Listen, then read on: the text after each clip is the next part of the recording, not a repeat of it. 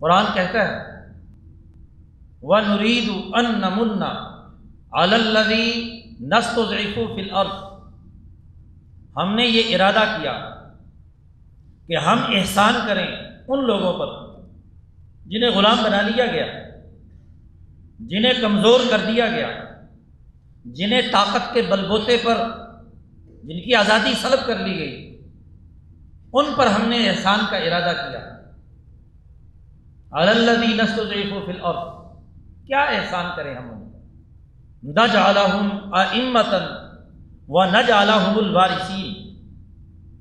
ہم انہیں اس ذلت اور کمزوری کی حالت سے اٹھا کر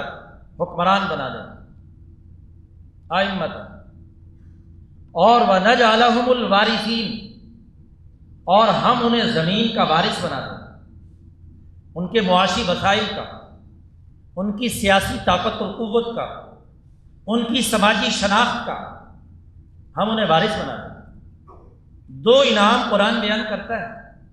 ایک سیاسی اور ایک معاشی، کہ نَجْعَلَهُمْ أَئِمَّةً،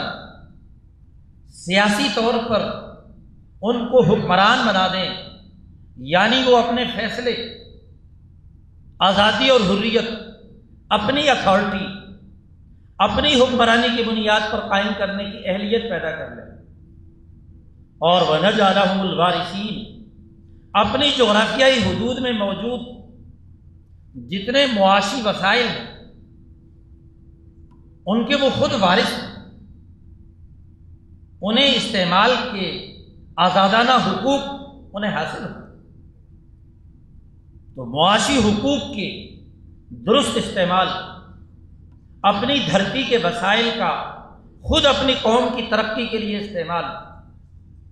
اپنی حکومتی اتھارٹی کا اپنے عوام کے مفاد میں استعمال، یہ دو احسان کرنے کا ہم نے ارادہ کیا۔ اور پھر قرآن حکیم نے